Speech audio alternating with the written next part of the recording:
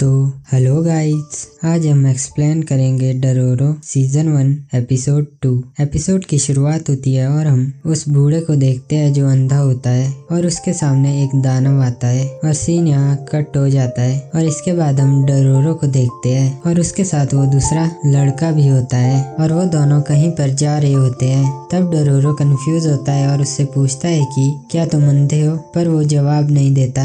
इसके बाद डरोरो उससे और कुछ भी पूछने लगता है पर वो किसी भी बात का जवाब नहीं देता। और थोड़ी देर बाद वो नदी के किनारे जाता है और वो अपने हाथ से तलवार निकालता है और नदी में कुछ मछलियाँ मारता है। ये देखकर डरोरो कहता है कि तुम जरूर देख सकते हो। तब वो लड़का उन मछलियों को कच्चा खाने वाला होता है। तब डरोरो उसे रोकता है और वहाँ पर आग जलाता है। इतने में उन्हें रात हो जाती है और वो उन मछलियों को पकाता है और पकाने के बाद वो उसे उस लड़के को देता है, पर वो उसे पकड़ नहीं पाता। ये देखकर डरोरो कहता है कि कभी लगता है कि तुम देख सकते हो तो कभी लगता है कि तुम नहीं देख सकते और तुम ना सुन सकते हो और ना ही बोल सकते हो। पर वो लड़का इसका जवाब नहीं देता। तब हमें उस लड़के का नाम बताया जाता है। उसका नाम हाकिमारू होता है और हाकिमारू बचपन से ना देख सकता है, ना बोल सकता, ना सुन सकता है।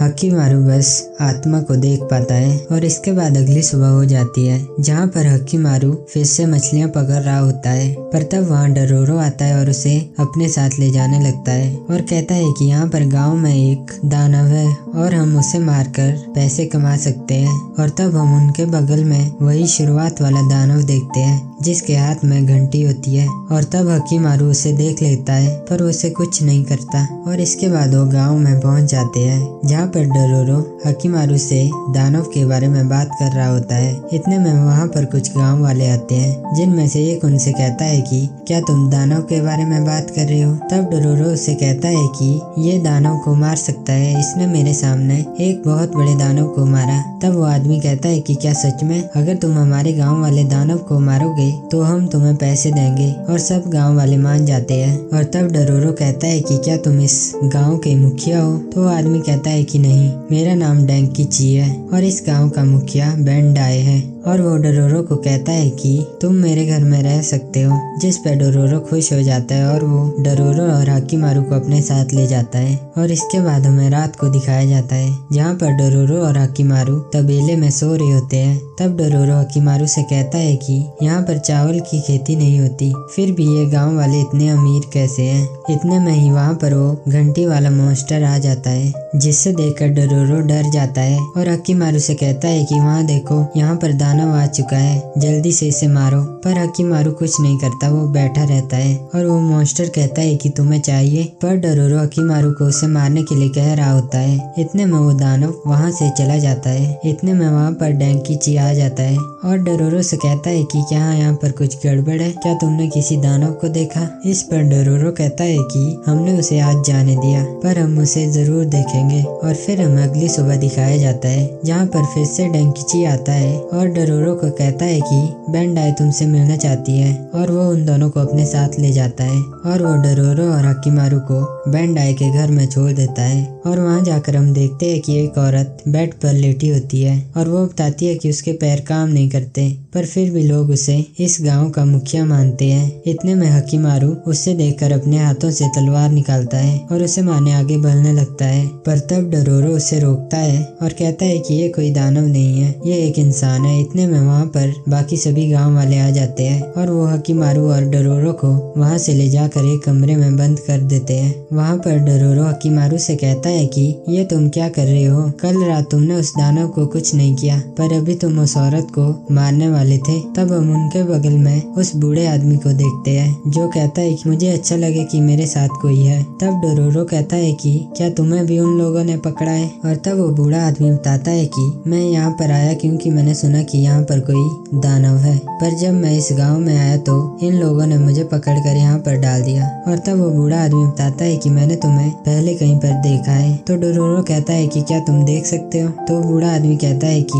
हम वो देख सकते हैं जो लोग अपनी आंखों से नहीं देख सकते। तब डोरोरो कहता है कि ऐसा क्या है जो हम नहीं देख सकते और तुम देख सकते हो। इस पर वो बूढ़ा आदमी बताता है कि जैसे कि जब मैं तुम्हें देखता हूँ तो मुझे तुम्हारी आत्मा सफेद कलर की दिखती है। तो डोरोरो कहता है कि क्या ये भी तुम्हारी तरह है? तो वो बूढ़ा आदमी कहता है कि शायद। इतने में हकीमारू खड़ा उठता है और वो बूढ़ा आदमी कहता है कि मैंने कुछ गलत महसूस किया। और तब हकीमारू अपने हाथ से तलवार निकालता है और तब वहाँ पर लाइट चली जाती है और हकीमारू एक गड्ढे में चला जाता है। तब डोरोरो कहता है कि मैं कुछ नहीं देख पा रहा हूँ। तो वो बूढ़ा आदमी उसको हाथ पकड़कर उस गड्ढे में ले जाता है और कहता है कि ये बाहर जाने का रास्ता है। और फिर वो बाहर पहुंच जाते हैं और तब हम देखते हैं कि वो बेंडाई के घर के सामने पहुंच जाते हैं, जहाँ पर हकीमारू बेंडाई के रूम का दरवाजा तोड़ देता है। और तब बेंडाई उनसे कहती है कि तो तुम वापस आ गए मुझे मारने के लिए। और तब वो बूढ़ा आदमी कहता है कि हम तुम्हारे अंदर क्या है वो देख सकते हैं। इस पर डोरोरो कहता है कि कौन सा रंग दिख रहा है? तो बूढ़ा आदमी कहता है कि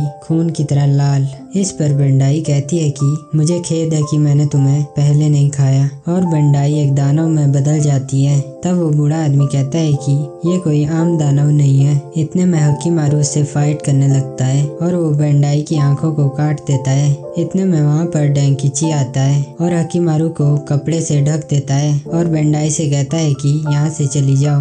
पर हकीमारू उसके पीछे चला जाता है। और तब डोरोरो डेंकिची से कहता है कि तुम ये क्या कर रहे हो? और वो बूढ़ा आदमी कहता है कि तो तुम जानते थे इस बारे में? इस पर डेंकिची कहता है कि हमारे पास कोई और रास्ता नहीं था। अगर मैं ये नहीं करता तो वो गांव के लोगों को खा लेती। और दूसरी तरफ हम देखते हैं कि हकीमारू बेंडाई का पीछा कर रहा होता है और तब हकीमारू बेंडाई के सिर पर तलवार मार देता है, जिससे वो नीचे गिर जाता है। और बगल में हम उस घंटी वाले दानव को देखते हैं और इतने में बेंडाई उस दानव के शरीर से बाहर आती है और इतने में वो तीनों भी वहाँ पर पहुँच जाते हैं। और तब बेंडाई हकीमारू को देखकर कहती है कि मैं जानती थी ये तुम ही हो, तो वो तुम्हें मारने में सफल नहीं हुआ। इतने में हकीमारू उसके सिर पर भी तलवार घुसा देता है और वो नीचे गिरकर मर जाती है। और दूसरी तरफ वो घंटी वाला दानव धूल बन जाता है। तब डोरोरो वहाँ पर जाता है और देखता है कि उस धूल में बहुत सारे पैसे होते हैं। तो वो बूढ़ा आदमी कहता है कि ये पैसा उन यात्रियों का है जिसे बेंडाई ने खाया। तो डोरोरो कहता है कि इसका क्या मतलब? तब डेंकिची कहता है कि हमारे गाँव में पैसे बनाने के लिए कुछ भी नहीं है और जब यहाँ पर बेंडाई आई तो हमने सोचा कि हमारा कुछ भी नहीं हो सकता, पर जब उसने पहले यात्री को खाया तो हमें बहुत सारा पैसा मिला। और तब वो बूढ़ा आदमी कहता है कि तो तुमने उसे नहीं रोका। और डोरोरो कहता है कि तुम लोग तो दानव से भी परे हो। और इसके बाद वो तीनों उस गांव से आगे चले जाते हैं और चलते चलते डोरोरो हकीमारू से कहता है कि मुझे माफ करना, मैंने तुम्हें बेंडाई को मारने की कोशिश करने के लिए बहुत भला बुरा कहा। और फिर कुछ और बात करने के बाद डोरोरो कहता है कि मुझे पता है कि तुम मुझे सुन नहीं सकते। तब वो बूढ़ा आदमी कहता है कि ऐसा नहीं है, वो तुम्हें महसूस कर सकता है। इसके बाद डोरोरो बताता है कि ये मेरी मरी हुई माँ की तरह दिखता है, इसीलिए मैं इसके साथ आया। और तब हकीमारू डोरोरो के आगे जाता है और उसे रोकता है और जमीन पर अपना नाम लिखता है। इस पर डोरोरो उस बूढ़े आदमी को कहता है कि क्या तुम मुझे बता सकते हो इसने क्या लिखा? इस पर वो बूढ़ा आदमी कहता है कि रुको, मुझे महसूस करने दो। और वो डोरोरो को हकीमारू का नाम बताता है। और तब डोरोरो हकीमारू से कहता है कि तुमसे मिलकर अच्छा लगा। और वो बूढ़ा आदमी भी कहता है कि मैंने तुम्हें पहले भी देखा है। और हमें तब का सीन दिखाया जाता है जब हकीमारू को उस सेविका ने नाव में छोड़ा होता है। और इसके बाद हमें डाइगो को दिखाया जाता है, जिसके पास एक सैनिक आता है जो उसे बताता है कि शाकी क्लैन ने अपने बॉर्डर पर सैनिकों की तादाद बढ़ा दी है, शायद वो वॉर के लिए तैयार हो रहे हैं। तब डाइगो कहता है कि ऐसा नहीं हो सकता, शाकी क्लैन तो हमारा साथी है, वो ऐसा नहीं कर सकते, मुझे छानबीन करनी होगी। और इसके बाद हमें हॉल ऑफ हेल में दिखाया जाता है, जहाँ पर एक और दानव की मूर्ति टूट जाती है और दूसरी तरफ हकीमारू को फिर से दर्द होने लगता है। और दूसरा एपिसोड यहीं पर खत्म हो जाता है।